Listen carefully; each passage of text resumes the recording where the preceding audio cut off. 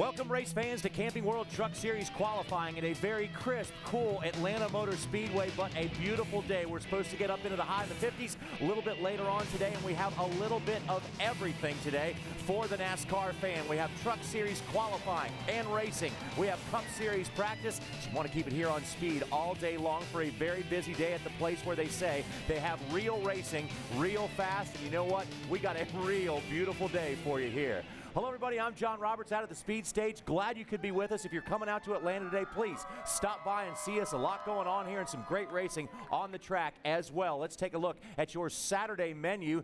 And it may be a little bit short, but it is full of great racing action. Today we have Sprint Cup Series practice at 11 a.m. Eastern Time. Sprint Cup final practice at noon Eastern. They call it happy hour, but it is neither happy nor an hour. Discuss amongst yourselves, but make sure you're back here at 1:30 for NASCAR Camping World Truck Series Easy Go 200. The trucks are famous for great finishes, and this racetrack is famous for great finishes. So you do the math. Let's go back to last night and check out Sprint Cup Series qualifying. Juan Pablo Montoya has had great starts, but not great finishes so far this season. He is hoping to reverse that trend as he qualified great. Third for the Earnhardt Ganassi group in the number 32. How about a guy who has won at this track before and is hungry for a win this season? Kyle Busch qualified second. This guy knows how to go fast, and by the way, you will see Kyle Busch, a four-time winner in the Truck Series, race this afternoon. But Earnhardt Nation, you can rejoice. Dale Earnhardt Jr. is on the pole for the second time in Atlanta, and this is his first pole in 68 races. So Dale Jr. will have the best view of this very fast Atlanta Motor Speedway when we start the action out for the 500-miler on Sunday. It's Jr. and Kyle Busch, Juan Pablo and Mark Martin, and with Jeff Gordon in row number 3, we have 3 Hendrick Motorsports cars in the top 5. Ryan Newman always qualifies well here. He's had the pole almost half the times he's raced here, but he will start up front too. Great start this year for the Biff, and great start on Sunday as well. He'll start inside row number 7. Jimmy Johnson, the winner of 2 of the 3 races so far this season, will have a little bit of work to do, but don't ever write off the number 48 car. Joey Logano likes this track a lot, and he'll have a ways to go also. Max Pappas, a very solid qualifying run, as well as the 82 of Scott Speed. Those are both go or go home cars. Now, we're going to go upstairs, top side of this very fast racetrack, as we have Camping World Truck Series qualifying coming your way. 38 trucks for 36 spots. And the Alan Parsons project has your call. Rick Allen and Phil Parsons and Mike. And welcome again to Atlanta Motor Speedway. Thanks, JR, for that introduction. Of course, we do have Michael Waltrip up here with the Alan Parsons Project. And welcome to the NASCAR Camping World Truck Series Easy Go 200 qualifying from Atlanta Motor Speedway on speed. It is a crisp, cool morning in Hampton, Georgia. 40 degrees for our qualifying temperature. The wind is quite a bit different from the 2 practices we had yesterday. It was 15 miles per hour yesterday. Today, just a light breeze. Our day on speed. Sprint Cup final practice will follow us here for qualifying, and then the setup with Chris Devoto. That is presented by Polaris, and the Easy Go 200 at 2 o'clock. The green flag will fly just after. Hello, everyone. Rick Allen, Phil Parsons, Michael Waltrip with you once again on a beautiful Saturday down here in Georgia. I mentioned 40 degrees. Is that going to affect our qualifying runs today? Yeah, it's making all those drivers down on pit road smile. There's going to be all kinds of grip in this racetrack, and it doesn't matter if you're 21 years old, like the first cat that's going to roll off, Taylor Mawsum, or 52 years old, like the next guy that goes, Mike Skinner. They're on the same agenda. They're going to leave pit road, run through those gears, put it on the floorboard, and guide. And that's fun for a race car driver, Phil. You're going to barrel into the corner 180 or 90 miles an hour, knowing that all the grip in the world is there for you. You know, this is like Daytona. Speeds will be very similar to Daytona qualifying speeds. Probably a little bit faster here than what Daytona was for the pole, but this is going to be a whole lot more of a sensation of speed than they had at Daytona. Daytona, it's just a gradual thing. You get up to speed and you ride around here. You're going to feel the acceleration. You're going to feel the G-forces even more so. It's a blast. And if your crew didn't tell you it was going to stick, you might not believe them, because you are on the edge. I mean, you're wide open in these trucks. Like Phil said, the sensation of speed is out the roof, but it's going to stick. I promise. You go now, boys.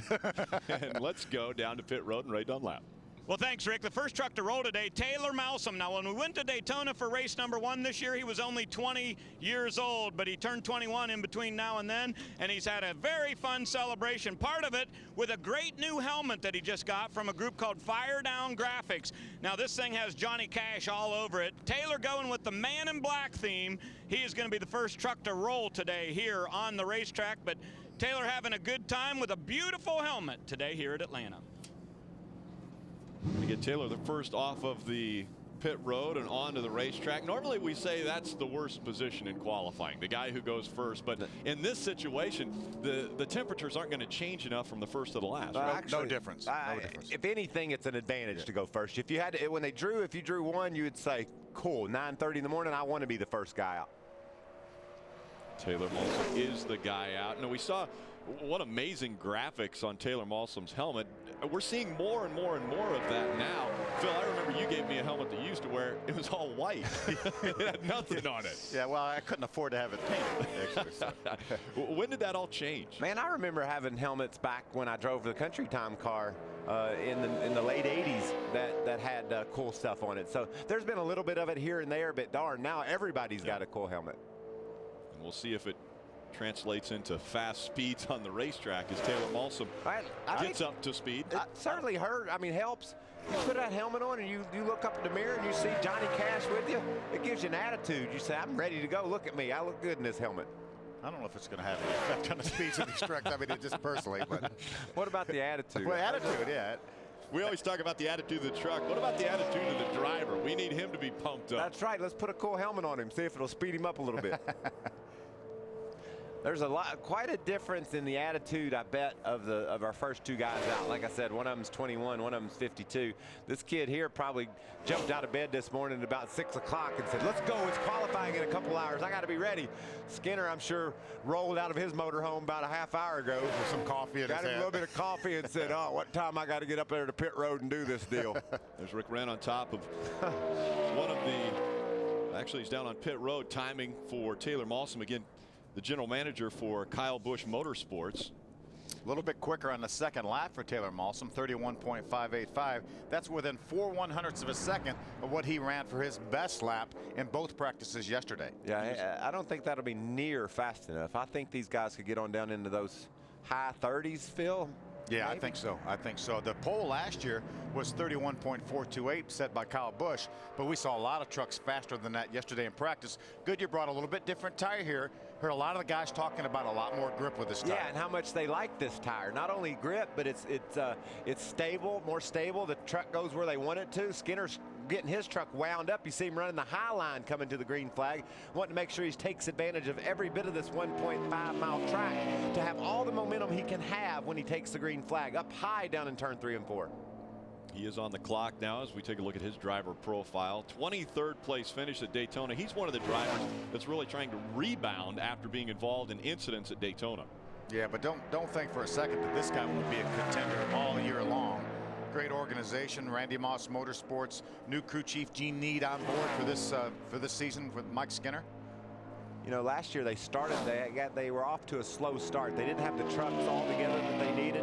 This year, this team should be primed and ready to go. 31.808 for Mike Skinner. That's a little bit uncharacteristic of a Skinner truck. That's about 1.5 tenths off what he ran in practice yesterday. So I'm really surprised. I thought we would see every truck run faster than they did in practice yesterday. But remember, yesterday's temperatures were very cool as well. A little bit windier yesterday, but not warm by any stretch of the imagination. I guess wide open's wide open, huh, Phil? Pretty much. You put it on the floorboard and guide, it's only going to go so fast. But yesterday in practice, Taylor Malsom was 11th quick in his practice times, and Mike Skinner was 13th quick in his practice times. And now Skinner not as quick as Malsom. 31.683 on lap 2. So Malsom 1, Skinner 2 of the 2 trucks that have been on the track. Crafton still to go. Before he goes out, Eric Almirola, Austin Dillon will take to the racetrack. Stay with us here for qualifying. Speed's presentation of NASCAR Camping World Truck Series qualifying from Atlanta is brought to you by Camping World RV Rentals. Book early and save. One-way and round-trip RV rentals available. You're a camper rental guy, aren't you? No, I loved it. We took one of the Camping World RVs to Washington, D.C. last year, and my family still talks about it as one of the greatest family vacations we've ever had. Speaking about a family guy, this is Brett Butler. His father's the CEO of Aaron's, one of the great sponsors of NASCAR. Brett's getting his feet wet in this truck series. Phil just did an amazing job down in Daytona in this FuelDoctor.com truck. Really did brand new, excuse me, really in the truck series, and did a super job. Stayed out of trouble. Almost a top 10 finish, just outside the top 10 with an 11th, as you can see. He's one of the Georgia natives that are in the field today. Asked a lot of questions, really wants to know how to race these vehicles in NASCAR. Just a sponge, sucking in all the knowledge that he can possibly gain. He actually picked up about 0.7 of a second from his practice run yesterday. So a pretty good run for Brett Butler, but that still slots him third of the 3 trucks that have been on the racetrack. Let's go back trackside to Adam Alexander. And let's hear from Taylor Malsom, Rick. Per hour at 9:30 in the morning. How did it go for you? Yeah, definitely. I was just talking to my guys. We need to sign a petition saying you can't race before 10 o'clock in the morning. It's too early. But no, KBM did an awesome job getting this truck ready, and you know, wide open all the way around here, pretty boring, but a lot of fun, and can't wait to get the race started this afternoon. I don't think I would be bored wide open around Atlanta. That's the case for Taylor Malsom. Ray? Great run for Matt Crafton down in Daytona. You've had a 3rd place run here at Atlanta on your stats, but what's it going to take to get it to victory lane, Matt? Just having, I mean, all the stars and moons line up. I mean, you got to have, I mean, pit stops got to be good. I mean, I know we got a really good truck. They were really good in practice yesterday. This Menards Australian Gold Chevy, I mean, it rolled off the trailer really good, and we got to back it up qualifying now and do it in the race. All right, Matt Crafton climbing into the 88. About 3 more trucks, he'll be on the track. I don't understand when a guy says that was kind of boring, because I guarantee his heart was about to jump out of his chest. Yeah. They get done and they go, well, you know, that was, I guess it's a macho thing. Yeah, huh? I'm telling you, I never ran wide open any racetrack that was good. Right. And Kyle Petty and I used to have a rule: if we weren't at Daytona and Talladega, we were going to lift. You know, if those are the only 2 places you're supposed to run wide open. You come to Atlanta and go flying down into these corners like Adam said, 190 miles an hour. Eric Almirola to the top of the charts, 31.532. So he has now set the pace. And he will roll back around the racetrack. While he does that, let's head back trackside to Adam Alexander. And Mike Skinner has pulled his truck back into the garage. You said you got some work to do. In what areas, Mike? Well, something happened with the clutch when we took off there, and the clutch didn't want to engage, or you know, it wouldn't let out. It's a lot of RPM. I thought it was spinning the tires, but it was actually the clutch. And you know, I don't think the truck was going to run a lot faster than that, but it drove perfect. This International's truck's Monaco RV Tundra was really good. I think it's going to race good, but we're probably going to start in the back because I think we got some clutch issues. Good luck, Mike. Thanks. Thank you, man. Ray? Well, let's talk to Ricky Carmichael. From 2 wheels to 4, this is your full-time gig now, but a busy weekend going back to do a little motorcycling. Yeah, ready to have a good performance today with the Monster Energy Chevrolet.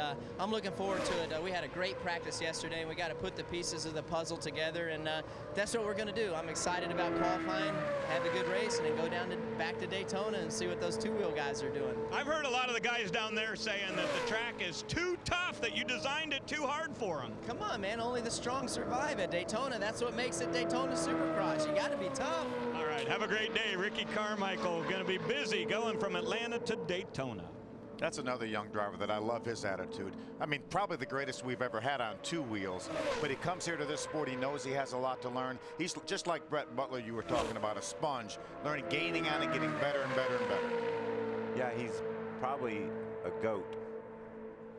Yeah. Greatest of all time. That's his nickname. I hate when you pause after you say something like that. I was a little bit worried, because I wasn't sure which direction you were headed there. He's looking to become the 4th Ricky to win one of these races, right? He's trying to. 5th, actually. Justin Lofton, 4th quick in his qualifying effort, 31.937. Again, the mark that everyone's shooting for. Eric Almirola posted it just 1 truck ago at 31.532.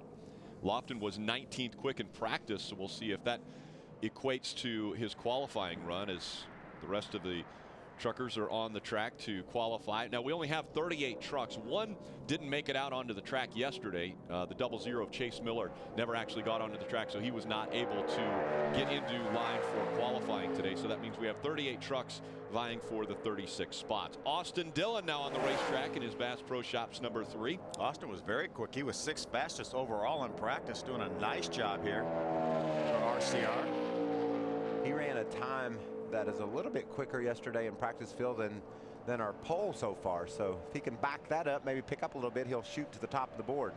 Austin, another one of those. Actually, Austin was involved in the first lap incident that took place at Daytona, so he came home with 26th place. And he's had to sit around for 3 weeks and think about that. And I guarantee he could not wait to crank that engine up and get out on the track here yesterday and put it all behind him. At least he stayed busy going to college at High Point University, so he had to think about that a little bit. Lap number 1 slots him 3rd at 31.620. So we would expect a little pickup. We've seen anywhere from 1/10 to 2/10 at least pick up from first lap to second. Looks like he might be a little tight. That's what it looked like, yeah. Look how good that nose looks. So right down on the racetrack on the straightaway. That's. You remember a couple years ago, we only saw just a handful of trucks that looked like that, have that attitude with that splitter down on the racetrack. Now it's just about all of them. It's amazing how technology creeps throughout the garage area. Across the start finish line and to the top of the charts, 31.474. That is actually about 1/100 of a second faster than he was in practice yesterday. So he backs up his practice time, and that puts him at the top of the charts. A few other guys strapping in, ready to go qualify at Atlanta Motor Speedway. We'll show them to you when we come back. Tomorrow, NASCAR race day soars into Atlanta. Tune in as the points leader Kevin Harvick, Clint Boyer, and crew chief Alan Gustafson join us live. We'll break down the fallout at Earnhardt Ganassi after their wreck in Las Vegas. It's NASCAR Live, built by the Home Depot, live tomorrow at 10 Eastern on Speed. See Steve Wallace strapping into his truck, and now on the racetrack, it's the Australian Gold Menards number 88 of Matt Crafton. And this was the quickest guy in practice yesterday. See what he did all the way to the top of the board. Still a little bit off, though, what he ran in practice. 31.428 lap number 1. He ran a 31.0 yesterday. We'll see if he can back that up. That's a 4/10 of a second pickup from one lap to the next. Difficult to do when you're running wide open. Yeah, I don't see that happening. Do you, Phil? No, as you mentioned, wide open's wide open. Now, the reason these guys are picking up on their second lap is because it takes a little bit of time for these trucks to get wound up, just like we see at Daytona in the Sprint Cup Series. 31.317, so just over 1/10 of a second pickup on lap number 2, but that keeps him in the number 1 spot. Let's go back down trackside to AA. And Rick, I've not only been reporting to the folks at home, I've been reporting these numbers to Eric Almirola. You've been falling down the board since you came to the garage. 3rd is where you sit currently. Your thoughts? Well, it's I think it'll hold up. It'll probably be one of the fastest Toyotas. We just for whatever reason, we compared to those Chevrolets, we don't go as fast by ourselves. It'll draft good, it'll race good, it drives awesome, and just proud of everybody at Billy Blue Motorsports and Graceway Pharmaceuticals on board again this week. Just I'm excited about our truck. We had a really good truck in practice yesterday. It's really consistent, which is important here at Atlanta. It doesn't fall off real bad, so I'm looking forward to today. And Ray, Eric has a new teammate here this weekend at Atlanta. Yeah, and 4 wins in this racetrack for Billy Blue Motorsports overall. Stephen Wallace, how you liking truck racing? I feel like we got a fast red top auto action Toyota Tundra here. We're gonna do our best here to try and get this pole. All right, so Stephen Wallace climbing in and getting ready to go to the racetrack. First time ever in a Camping World truck. He's going for the pole, baby. I was going to say, how about that attitude? I like that First ever truck race, and he said, we're going to go for the pole. This, you remember, Phil, yesterday we talked about Matt Crafton when he was on his qualifying run late in practice. He was drafting, and we heard how important Eric Almirola feels like the draft is going to be in this race this afternoon, and we believe that Crafton got a lot of speed out of that draft he was running in the practice session yesterday. Ran a 31 flat. Out there by himself, only 31.30. So that's why Matt was so fast yesterday and maybe fell off some this morning. And that makes me think that maybe that time will not hold up for the pole. Maybe a Kevin Harvick or maybe a Ron Hornaday might have a shot at knocking him off that pole. Yeah, maybe even a Stephen Wallace. Yeah, I think you're right. I believe that pole's, like we said earlier, I believe that pole's going to be on down around that 31-second flat range. That's Norm Benning in the number 57, the red truck, looking for sponsorship so that he can run the entire season. Norm Benning currently. They got loose a little bit off of 4. I was surprised. Yeah, it did get loose a little bit off of 4. He creeped up right up next to the wall. Look at the nose. Yeah, the nose on that truck. He doesn't have his figured out like some of these other guys did. And if you don't have even that nose being down, that means that the nose is down, the tail's up a little bit. And when your nose is up, you're getting air underneath the front, but you're also not getting all that air to the rear spoiler that these guys are getting on that. So that's why Norm's truck just overall didn't go as fast and darn sure didn't look like it felt very good. Yeah, and when you get the attitude, as you see Timothy Peters split it right down on the ground, you have overall downforce because of the body becomes a wedge at that point. You have overall downforce front and rear. So Timothy Peters takes the green flag. He's on his qualifying run. Again, Timothy Peters, he is the happiest man coming out of Daytona after grabbing the top prize in our first event. Yeah, he just says, you want to run on a half-mile flat track? I'm good there. You want to go down to Daytona and run on 2.5-mile banks? I can do that too. Let's see how we do at 1.5 miles like Atlanta today. Let's fall somewhere in between. I'll show y'all what I got there too. Coming out of turn 4, we'll see how the K&N Toyota Tundra is looking for lap 1. 7th quick, 32.173. Now that is about 0.8 of a second slower than Matt Crafton has posted. About 1/10 of a second off what Timothy ran for his fast time yesterday. Look for him to pick up here on lap number 2 unless something goes funky. He'll probably get down in the 32.0 range somewhere. He's right near that yellow line. We've seen some guys hugging the yellow line, almost having their left tires on it. We saw Norm Benning run in the middle of the track. Now Timothy Peters goes across in 32.114. So not a big pickup for Timothy Peters. That keeps him in the 7th spot of the 9 that have been on the racetrack. Rick Crawford, it looks like he's focusing on his qualifying effort. Crafton's the fastest. Ricky Carmichael's next to go out. Welcome back. Qualifying continuing for the Easy Go 200, which will be run at 2 o'clock this afternoon. We're at Atlanta Motor Speedway, and Ricky Carmichael will now take to this 1.5 mile racetrack to see how he will start today's race. Don't want to miss the setup at 1:30 with Chris DeVoe. Have some great stuff. Our 4-man bobsled gold team is going to be there. Two of the 4 men are going to be here. And the 2 ladies from the that won the bronze medal at the Olympics in the 2-man ladies. I was going to say, what event was that again, Phil? The 2-man ladies. Yeah. Bobsled. Yeah. Ricky Carmichael on the clock now, so we'll see how his first lap slots him. 31.598 on lap 1. This is lap 2. He picks up a 1/10 of a second. He could jump up there in that top 3, maybe even challenge for 2nd. He was one of the fastest trucks in practice. He was 3rd quickest overall yesterday with a 31.445. It's a relatively new team too, Phil, so they're out of the gates strong here in Atlanta. Across the start finish line and doesn't move up, actually slows down 1/10 of a second. Well, about 3/100ths of a second. 31.626. Let's go back trackside, and I believe Rick Crawford's hanging out down there. He is. He's in his truck, and Circle Bar Truck Corral on the hood again this weekend. But Rick, we've heard a lot of talk that you're very close on getting a full-time sponsor for this deal. On a 1 to 10, can you give us the chances of that coming to fruition? 7.5. That's pretty good. About that. It is in today's economy, and we're really pushing for the big red machine this weekend, and Circle Bar Truck Corral, Mr. Mitchell being on board with us and letting us race another race. Maybe we'll have this deal put together by Martinsville, and we can keep the 14 truck on the racetrack. But thanks to everybody at Speed, everybody in the booth for giving us a good plug, and really appreciate everybody being on our team. When it's that close, does it change at all the way you approach the race this afternoon?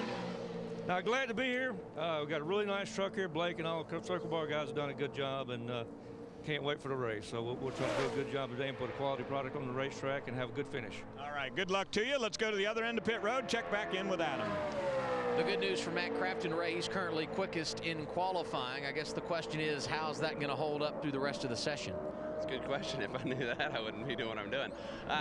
It'll be good. I mean, I hope we'll start top 5, top 3. I don't know. There's still a few good trucks to go. And I'm very happy with the way it ran. I mean, it ran that right off the trailer yesterday. It ran that on its first lap of practice or qualifying run yesterday, and then on the second lap I got a little bit of help and I ran that O. But all in all, I mean, this Menard Chevy is really good. So let's look forward to the race. There's a lot of anticipation in the 88 camp for later today. Is he awake yet? I'm guessing what Matt meant by he wouldn't be doing what he's doing is he would be maybe mind reading or gambling or something if he knew what was going to happen. Maybe wouldn't be worrying. I don't know what. I was going to say. I'm not sure what he meant. I think he should be a race car driver. He didn't sound like he's quite wound out yet, though. Kind of still sleepy sounding. His teammate Johnny Sauter was only 4th quick at 31.562. That was on his second lap. So he will roll back off of this 1.5 mile racetrack. Cat rolling out now has got his eyeballs set on the pole. Definitely drove a lot better than yesterday. We just probably dropped the track bar too far. Got a little too tight. Johnny's talking about dropping the track bar a little bit too far. That's the roll center in the rear of the truck, and if the lower it is, the more it makes the back grip to the road. Let's see if he backs up what he said earlier on our show. You gotta have going for the pole, and this is Steve Wallace in his first ever attempt in the Camping World Truck Series. You gotta have goals, Rick. And I appreciate his drive, his enthusiasm. And if he didn't have goals, he wouldn't be doing what he's doing. Right. Right. He would be doing something else. Yeah. Steve Wallace down the backstretch. We'll see how this equates on his first lap. We've seen guys pick up anywhere from guys that run the top of the racetrack on their first lap about 0.3 of a second, but for the most part guys are very close to running equal laps, first and second. This time Wallace puts a 31.589 on the board. A lot of trucks in that range right there between a 40 and a 60, huh? And that means, you know, that's indicative of these trucks running wide open around here. I mean, they make within a given amount similar horsepower, the drag similar in these trucks, and that's why the competition is so close. There's 5 trucks within 6/100ths of a second. And there'll be more that'll clump in there too, probably. Second lap for Steve Wallace. He picks up almost a 1/10 of a second and moves all the way up to 3rd. That was Kevin Starlin on the radio, his crew chief. A little bit on the free side, but ran it wide open right around the bottom. There you have it. Ran wide open right along the bottom. We'll be right back with more qualifying. Tonight, the Rolex Sports Car Series rolls into South Florida for the second race of the season. Find out if Patrick Dempsey, fresh off a 6th place finish in Daytona, has what it takes to make a run at the GT Championship. The Rolex Sports Car Series live from Homestead, Miami tonight at 5 Eastern, only on Speed. Darren Law, David Don here on the pole in that Brumus car. What a long history that Brumus car has. The famous number 59. Yeah. Peter Gregg, Hurley Haywood, years and years of winning racing down there in Daytona. Phil, you know who's on the GT pole? Who? Paul Edwards in a Corvette. Is that right? Yeah. Excellent. A lot of action down in Florida this weekend. J.J. Cobb, Jennifer Jo Cobb, coming off of the racetrack from her qualifying effort, 32.224, and that slots her 11th of the 13 that have been on the track. And 11 of the 13 that have been on the track are within 1 second of the pole. And if you can get down within a second of the guy leading, especially or the fastest guy, especially throw a little draft in there, you got to feel like Jennifer's got to feel like she can race with these guys today. But I think for Jennifer, it's more about learning. She's obviously brand new to this, and I think she's all about learning and getting better and better. Well, you know, she didn't get the first practice yesterday. They didn't get through inspection in time for her to get on the track. So the second practice was her first time out, and now qualifying, she picks up quite a lot of speed over her practice times yesterday. So you're right, Phil. She's just gaining on a little bit at a time. Now on the racetrack, we talk about looking for experience. This guy's got as much as anyone, if not more, as far as starts in the Camping World Truck Series. Rick Crawford on the track for his qualifying effort. Crawford in practice yesterday ran 32.030. Rick's a 5-time winner here in the Camping World Truck Series, a runner-up in the points back a few years ago. Big pickup on his first lap of qualifying from what he ran in practice, 31.960. First lap for Rick Crawford. We'll see if he can improve upon that. If he picks up what others have picked up, he might be able to move into 9th, but moving into 8th would be difficult. It's all about getting this truck comfortable for Rick Crawford. He knows what he needs. He's been here so many times.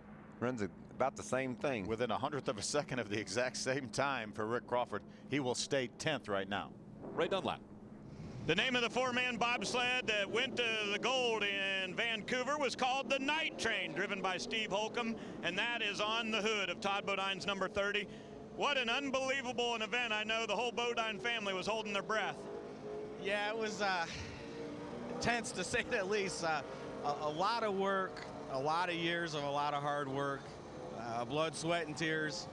You know, everything they had went into getting there and doing what they did, and finally got it done with the gold. We're awful proud of Steve and his whole team, and you know we're proud of all our athletes and the determination, the pride, and the integrity in which they all represent our country. So we're proud of all of them, but we're especially proud of Steve and the guys. All right, make us proud. Get in that 30 and run a fast lap. Let's go to the other end with Adam.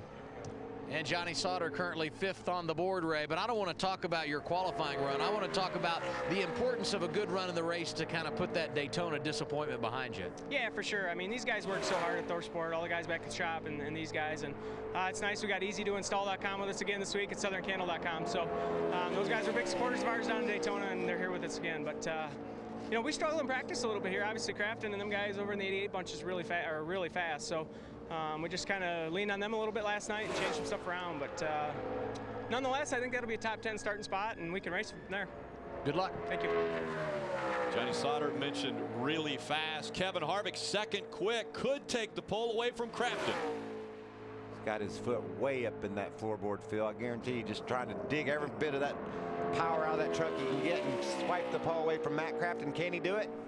Oh, so close, but doesn't get there. About 3/100ths of a second slower than Crafton. So Kevin Harvick, second quick in qualifying. Gonna be what looms to be a great battle up front. Ooh, the whole world's going to change in a little while here. I mean, these guys are running around here wide open right now, just trying to get all the speed they can out of these trucks. But when this race starts, and right now they're down on that yellow line, but when this race starts, they're going to go everywhere when they get to the corner. If somebody's low, they'll just go high. And remember, there was a little bit of history between those two guys late last year, Kevin Harvick and Matt Crafton. They couldn't seem to get on the same page, could they? And we've you got to tell the story a little bit further. I mean, Kevin Harvick obviously is the owner of Kevin Harvick Incorporated, owns the truck that Ron Hornaday drives, and Ron Hornaday, Matt Crafton in a very tight points battle, and so Kevin Harvick just likes to maybe get in the head of his competitors a little bit. Well, so it stemmed back to, was it Gateway when Matt ran in the back of Ron Hornaday, yes, and actually put Ron into the wall, and then Todd Bodine, actually that same race, yes, Matt Crafton and Todd got together and Todd crashed. But then was it Loudon we went to, and Kevin and Matt were running on the racetrack together, and they kind of ran into each other. And well, Kevin wouldn't let Matt out onto the track for the longest time. He stayed in front of him, and it was fun. It was good, all in good fun for us. Yeah. For those of us watching. Depending on where you were sitting, how much fun it was. I bet you Matt wasn't so thrilled by it all. On the racetrack, 57-year-old Butch Miller.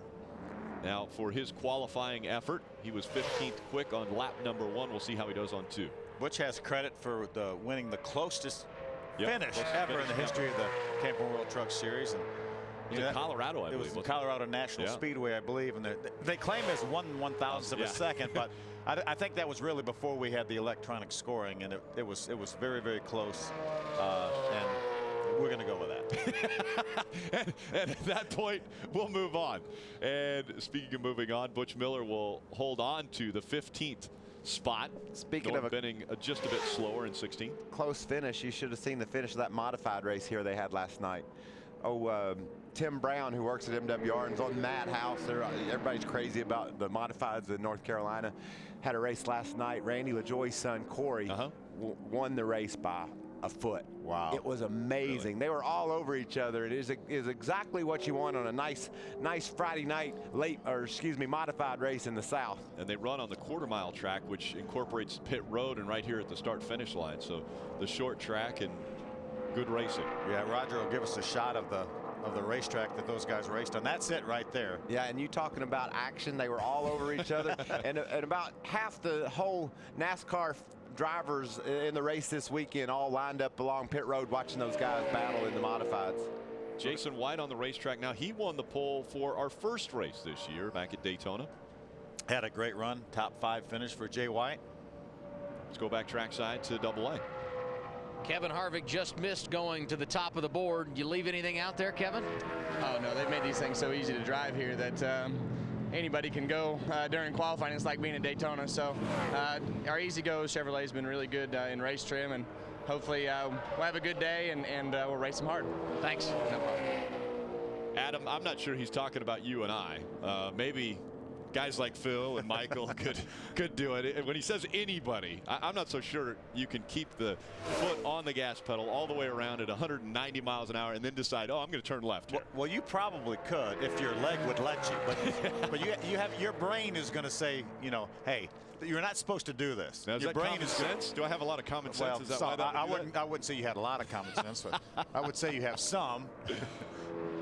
Gunbroker.com, number 23 across the stripe for the second time, and slows down just a bit, 31.678. So 9th quick so far for Jason White. 17 have been on the track. Again, 38 are here to take time. 22 locked in, and then we'll see who the go or go homers will be. Watch the best of NASCAR on speed shows online, on demand. Go to the video section of speedtv.com or NASCAR.com each weekend for interviews, highlights, and race recaps from your favorite speed programs such as Trackside, Race Day, Victory Lane, and more. Tim Bainey Jr. just coming off of the racetrack, and he was 18th quick of the 18th that have been on the track, 33.389. And now, Night Train. The Night Train on the racetrack. That is Todd Bodine with the bobsled paint scheme. And that's real sweet of you, Rick. You said Bainey was 18th quick of the 18. He could have went the other way and said he was the slowest, but he didn't. He chose to take the high road. Good thing you pointed that out. Yeah, I'd normally let you go the other direction on those. Germain Racing, number 30. Todd Bodine has had success on the mile-and-a-half racetracks. The most wins of anybody. 10 wins on mile-and-a-half racetracks for Todd. I think 5 of those coming at Texas. 5 at Texas. He's been to Victory Lane here. We'll see how he does today.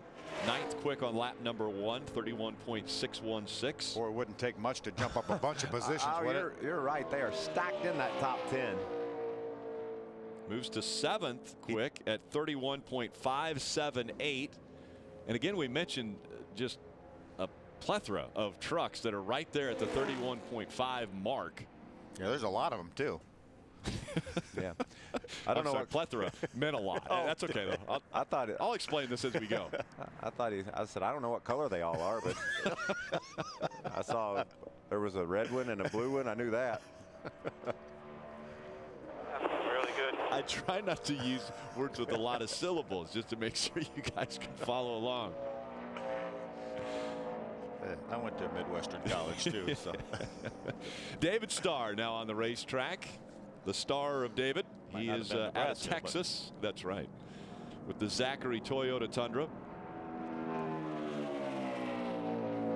He is now on the clock for his qualifying effort. Again, 22 trucks are locked in.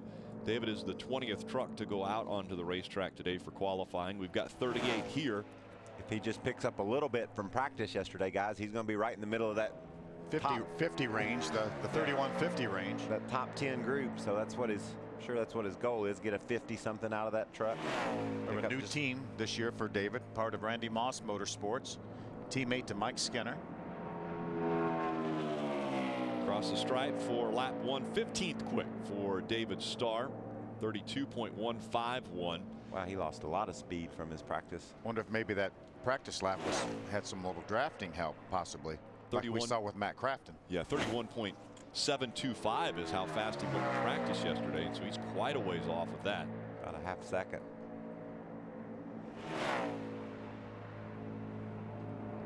Attitude of the truck looks good, though. Is this one of those situations where he's going to say it's going to race well? Exactly. That's what you got to hang your hat on if you don't qualify good. That's more like it now. Lap number 2 didn't quite get up into the top 10, but a 31.656. Good pickup, about a half a second from lap 1. Drove awesome. There you go.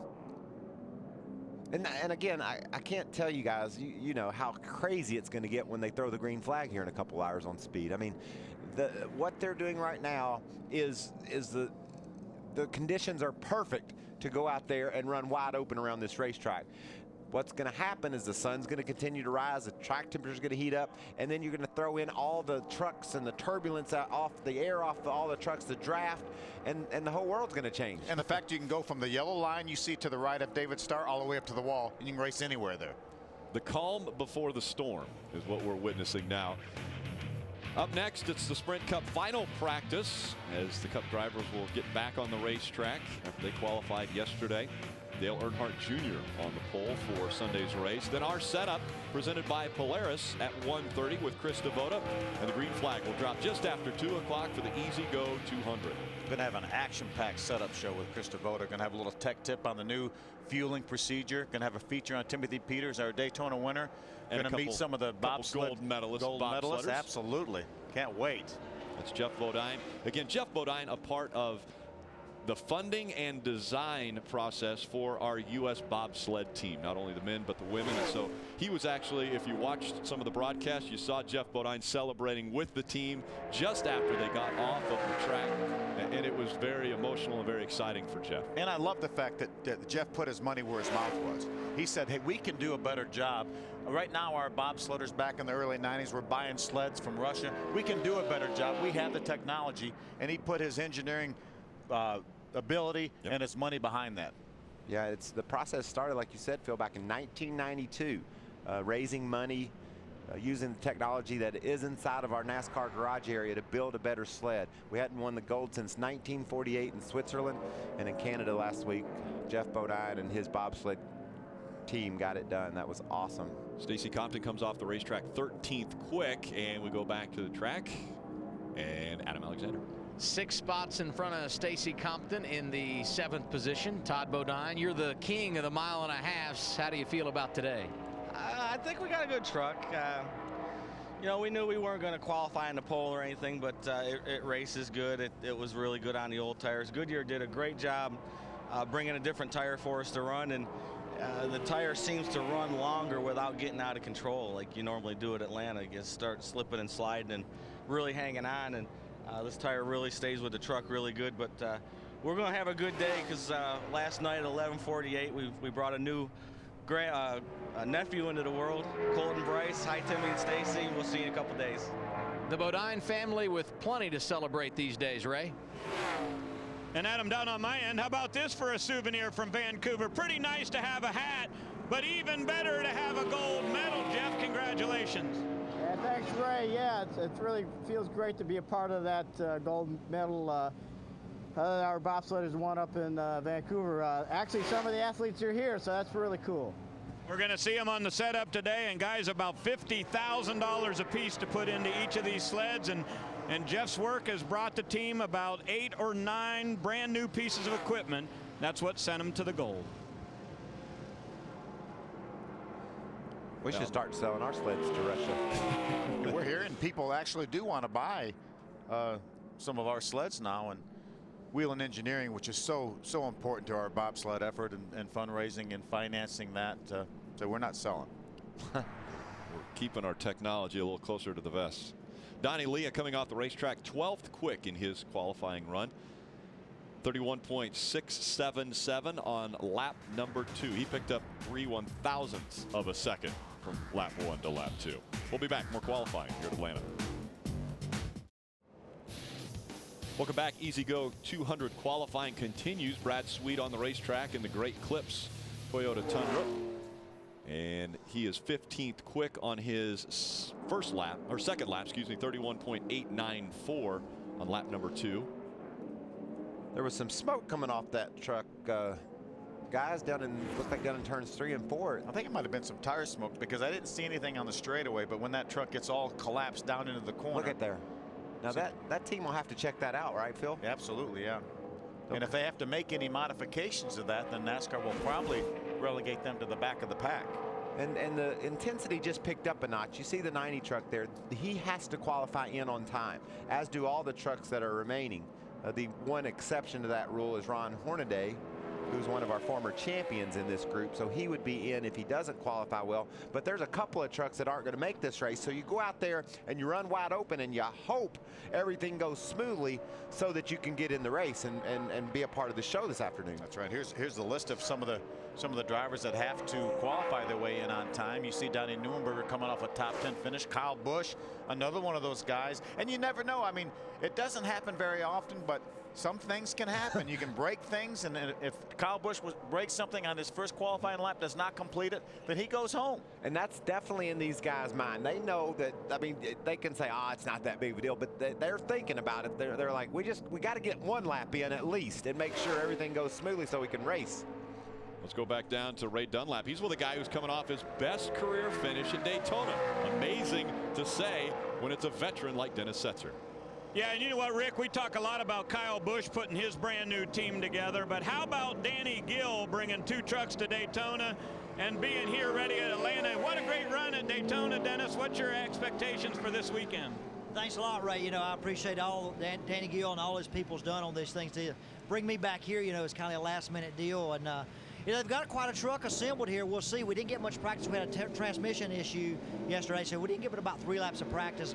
But Danny always prepares a good deal. We're fortunate Dixie Home Builders come on the side of this truck this week, help us pay the bills a little bit here. You know, we're still looking for sponsorship. We'd like to continue on with this program, and you know, Danny's got some exciting things planned for this year. And we'd love to see Dennis at Martinsville for sure. The 95 truck we just heard from Jeff Bodine a minute ago. Johnny Benson drove at Daytona. Jeff is here, and when we go to Martinsville, it'll be young Lance Fenton behind the wheel.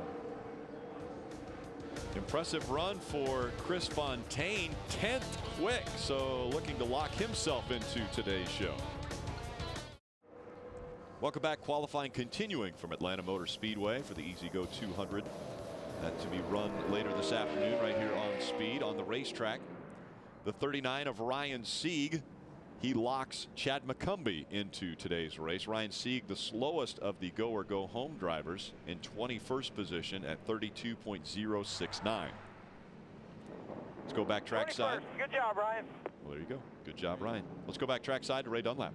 Well, how about 3 wins in the last 4 races for Rowdy and 4 total here at Atlanta? What a great track for you, huh? It is. It really is. We've had a lot of success here. You know, that's all been in the 51. So hopefully today we can try to make some 18 Kyle Busch Motorsports success. You know, we'd like to have something like that. But, you know, everything's gone really well. The guys have been working awfully hard at the shop trying to get these things built up. Taylor had a brand new truck here. Mine's a brand new truck. So we're seeing what we can get out of them. You know, the Toyota Tundra is good. We'll just see how it qualifies and hopefully have a good race today. But I want to thank Hell of a Good for being on there again this week. You know, they come back for a little bit. And, of course, you know, we've got some kids that are going to be up here in the grandstands today with the Kyle Busch Foundation. We gave away about 150 tickets for this weekend, so it'd be cool to see those kids. Hopefully we can give them something to cheer about. And we hope it warms up so you can get rid of your Rowdy hat here, too. Kyle Busch, a 4-time winner here in Atlanta. Adam?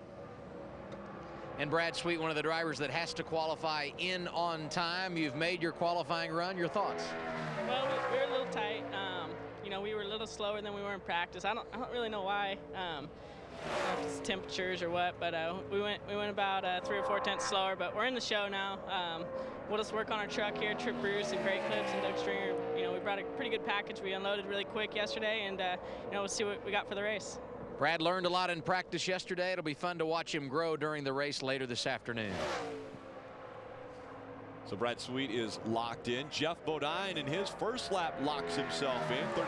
31.679 for Bodine. What about if he could just pick up 2 tenths, he'd go all the way to the top 5. That's how he's 14. He'd go all the way to the top 5 with a 210 pickup. And you know that truck was fast yesterday, so he's got it in it. Yeah. Another 10th will be top 10, all the way to 6th.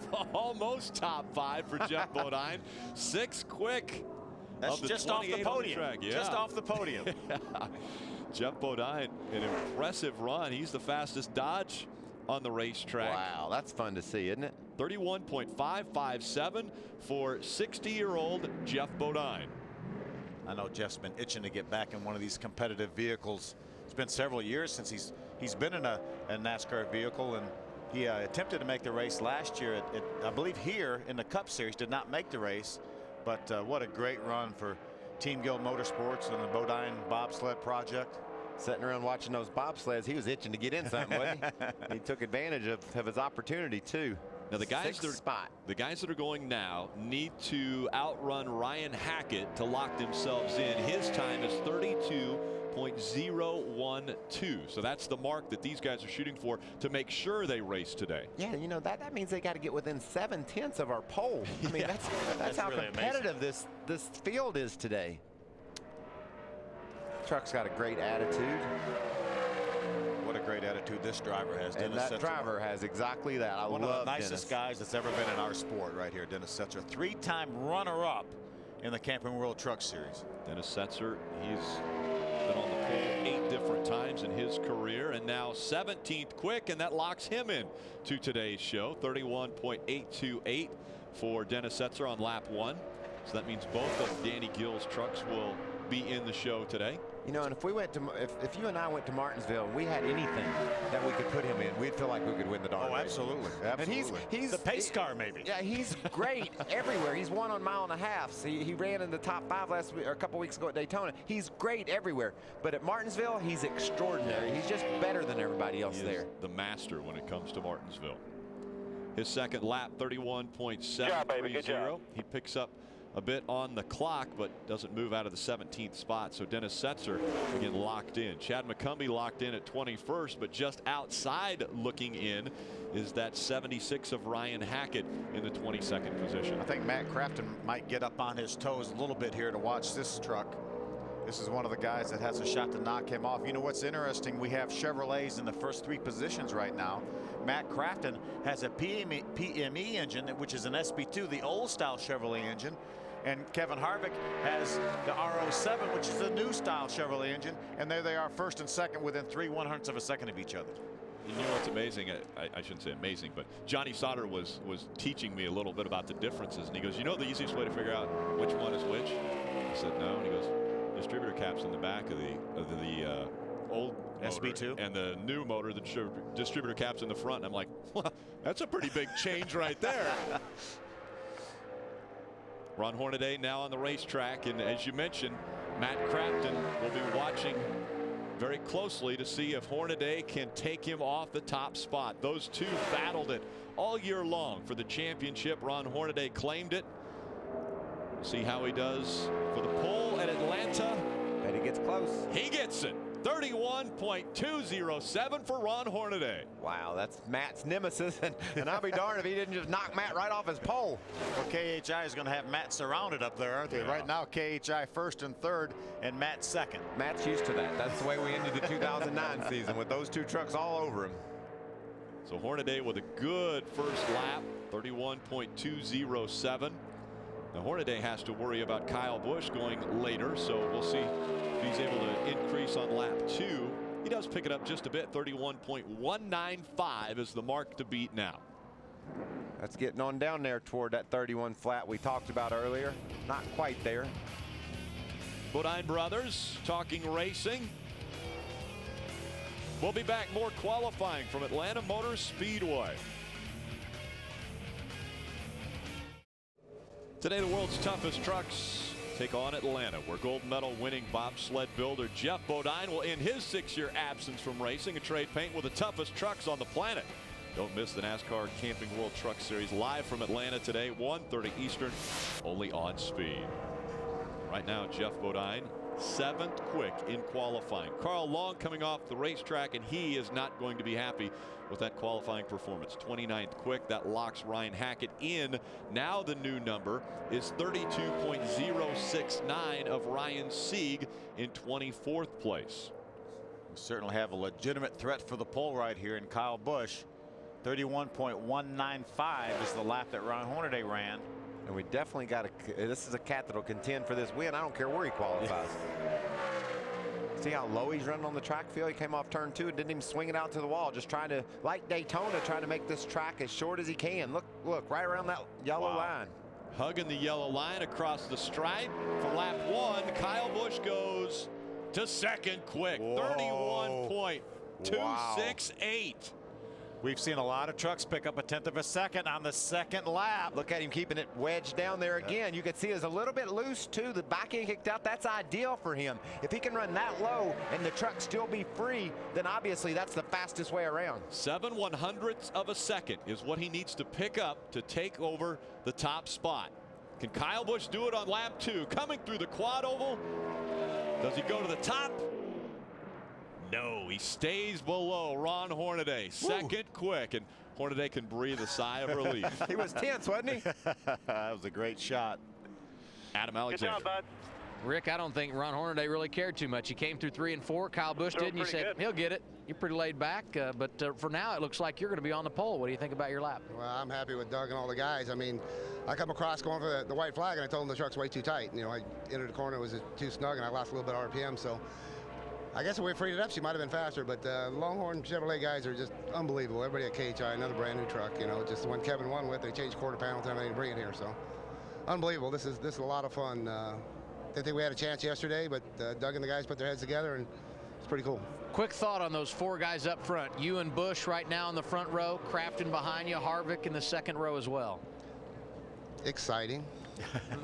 It's going to be, you know, this race is always fun because of the sun come out and it gets slippery, and it's going to be the best handling truck was going to win this thing. So hopefully we worked on ours. We don't have the same package as Kevin. It's pretty similar, but hopefully we handle them a little better. So the boss is going to be tough. I know his truck was really fast in practice, and we made some good changes. So we'll see what we got for the race. Good luck, Ron. Thank you. How about a couple of trucks on top of the board that had to qualify in on time, go or go home trucks, and they're setting up there on the front row. And they're not, you know, the weather has heated up. I guess like you said earlier, Phil, once it's this cool, there really isn't much of an advantage whether you're first or last. The conditions are still very favorable to run a fast lap. Yeah, absolutely. Chris Jones. We got started with qualifying today, just over 40 degrees. Chris Jones on the racetrack out of Virginia, the 22-year-old. Needs to pick it up a little bit. Right now, he's the slowest truck of the go-or-go homers. Picks it up, but not fast enough. He is 1/1000th of a second slower than Carl Long. Right now, Chris Jones, the slowest. Carl Long, the next slowest. That'd be a long trip back to Virginia, wouldn't it, if you lost out by 1,000th of a second? There's the tire monkey, Rick. Tire monkey still has to go out onto the track. Ron Hornaday, Kyle Busch, 1 and 2 in qualifying. Welcome back. Easy Go 200 qualifying continuing now on the racetrack. The 89 of Mike Harmon just off of the track. Shane Sieg in the 93 was 20th quick, so he locked himself into today's race. Now the number that Mike Harmon has to beat is held by Carl Long at 32.748. So you've got to outrun the 31st position truck at 32.748 to get into today's show. And only 4 trucks left. Mike Harmon, Donnie Neuenberger, Brent Raymer, and Mario Goslin. So Carl Long knows that he needs to, you know, he needs to beat obviously at least one of these trucks. Chris Jones has to beat 2 of the 4 trucks. We got 2 trucks, Harmon here and then Donnie Neuenberger, who didn't have a whole lot of speed yesterday, so they're hanging their hat on that. But enough to get in. Mike Harmon locks himself in with lap number 1 at 32.219. He's 28th quick. He picked up nice job. Quite a lot, Bill. Over a second faster for that truck. Wow, that's incredible. Needed it and got it. Went and got it. Lap. And right now, Mike Harmon, 1 spot below our Daytona winner, Timothy Peters. Great job by Mike. And now he jumped above Timothy Peters into the 27th position. Yeah, 27th quick for Mike Harmon, 32.105 on lap number 2. So a good pickup from his practice times yesterday. Will allow him to start. Now we've got the hood up on the 5. Adam, what's going on? Remember about an hour ago when Mike Skinner wrapped up his qualifying run and said, I think there's a problem with the clutch? He was right. The crew chief is Gene Need. What'd you guys find, Gene? We just burned up a throwout bearing and made the clutch slip a little bit. So we changed that and we're back in business. Any challenges from coming to the back, coming from the back later this afternoon? Traffic, you know, I mean, these things don't go real good in traffic, but we'll be fine. Good luck. Thanks. I don't think he can really get his dander up too much. Gene Need. Right? Oh, yeah, you can. Well, okay. He was your crew chief, wasn't he? Yeah, oh, yeah. You And Michael's last year, so, yeah. He just looked pretty calm and cool there when talking to Adam Alexander. Now on the racetrack, Donnie Neuenberger. Again, he has to go faster than Carl Long, 32.748 to make sure he will race today. Whoa, way high down there in that end. Donnie was heading in a bad direction, Phil. Yeah. Got her gathered up, though. Yeah, he needed to be going left, and he was going right. Coming off a great finish at Daytona for Donnie Neuenberger. Finished 9th. Top 10 finish in the first race of the year. Now we'll see if the first lap will be enough to get him into today's show. Again, with a little bit of a slide coming off of turn 2.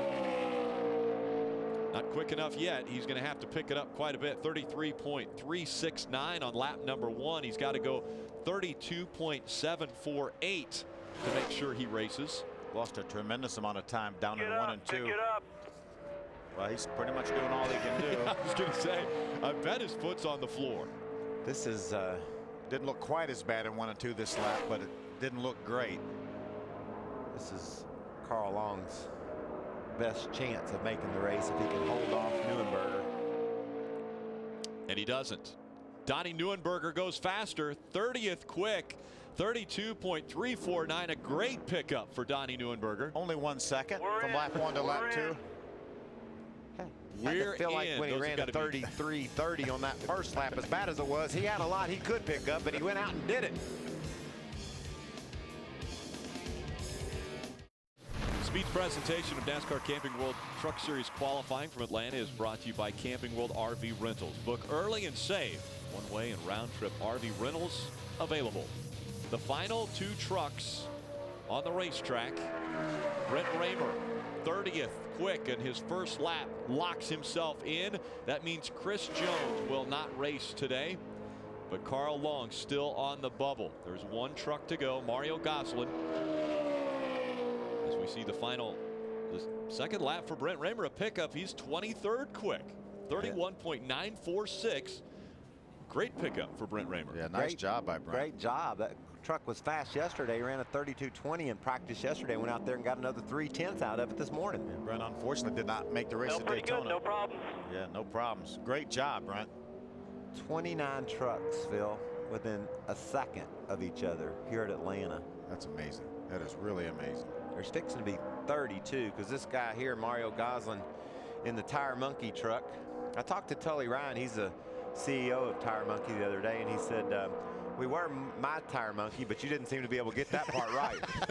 So we just changed our name. That's what Mario said. He said, you know, Michael kept saying my tire, or Tire Monkey, Tire Monkey, Tire Monkey. We decided just to change the name.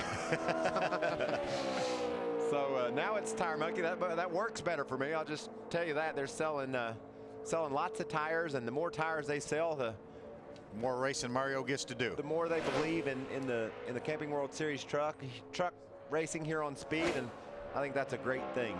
That's a beautiful truck too. Mario making his way through 3 and 4 to find out if he will race today, as well as where he will start for today's race. Across the stripe the first time, and he goes 32.136. That is good enough to get him into the 30th spot and make sure that he will race today. Unfortunately, that means that Carl Long and Chris Jones both now will not be able to run that race this afternoon, and we know how difficult that is. And to put it into perspective, Carl Long was 35th quick and Chris Jones was 36th quick. So I mean, the way qualifying works, that was justification. They were the 2 slowest of the go-or-go homers, but at the same time only 38 trucks took time, and they were in the bottom portion of that. So a tough day for those 2, but a great day for Mario Gosselin. He will start 25th now. He picked it up on lap number 2, and the field is set. Hornaday grabs his 24th career pole in his 256th start in the Camping World Truck Series. The guys that missed the field, as we mentioned, Carl Long and Chris Jones. Great battle up front here. What looms to be a terrific battle with Hornaday, Kyle Busch on the front row. We talked about it before. Matt Kraft and Kevin Harvick in the second row. And look at Austin Dillon up in 5th spot. Stephen Wallace making his first truck race start. Jeff Bodine off of gold in Canada, starting the top 10. This is going to be fun, Phil. Great top 10, as well as a good 36 truck field. Coming up next at Sprint Cup practice, and then Sprint Cup final practice at noon. And then the setup presented by Polaris with Chris Devoda at 1:30. 2 o'clock, it's the Easy Go 200. You won't want to miss it. So make sure to strap in to speed all day long. We're going to hear from Ron Hornaday, our pole sitter, when we come back to Hampton, Georgia and Atlanta Motor Speedway. Again at 1:30 this afternoon, Chris Devoda gets us underway with the setup presented by Polaris. And then 2 o'clock, the Easy Go 200. When the green flag drops, chaos begins. It's going to be crazy.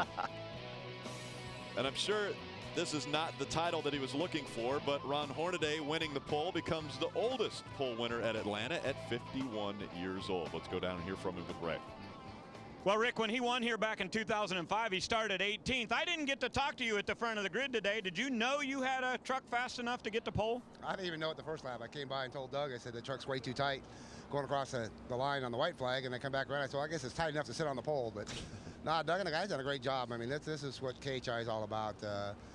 We knew we had a good truck for race runs and everything, but I didn't think we had something for the pole. So Longhorn, everybody. I mean, ECR Motors, it takes a lot of people, and this is awesome. This is cool. Tire management is going to be the key today, Ron. Have you and Doug sat down and mapped out your plan for the race this afternoon? No, we just worked on the truck real hard yesterday. We got a little different shock package than Kevin does. Hopefully it'll save the tires, and hopefully you don't get out there too far where we can't run them back down. But we'll see. This is a fun race, because when it heats up like this, it gets real slick, and it's different grooves, and it's a fun racetrack. So if your truck's right, you're gonna have a fun day. Okay, Kyle Busch, Mike Skinner, and Todd Bodine have all won here from the pole. Ron Hornaday hopes to add his name to that list. Adam? You know, Ray, there are some great rivalries in the Camping World Truck Series, and many of the drivers that make up those good rivalries starting in the front 2 rows here today. You just talked to Hornaday on the pole. To his right, Kyle Busch, a driver who never gives up anything on the racetrack. And right behind them in row number 2, Matt Crafton on the inside, Kevin Harvick on the outside. We have documented their history earlier in this qualifying show. You never know what you're going to see when the Truck Series comes to Atlanta. That's a very good reason to tune in this afternoon at 1:30 Eastern Time. It's going to be good. Guys? Thanks, Adam. Hornaday and Kyle Busch will bring the field to the green flag later this afternoon. And it was, well, interesting to say the least a year ago, the start that we had. We knew it was going to be great. And obviously with these two battling it out up front, it's going to be another great one. It's going to be a great day on speed here. Just don't even bother changing the channel. Just stay right here throughout the day. I just love the story of the top 5 here, man. Awesome starting lineup. It's going to be fun. Mike Joy and the boys will give you Sprint Cup practice when we come back to Atlanta.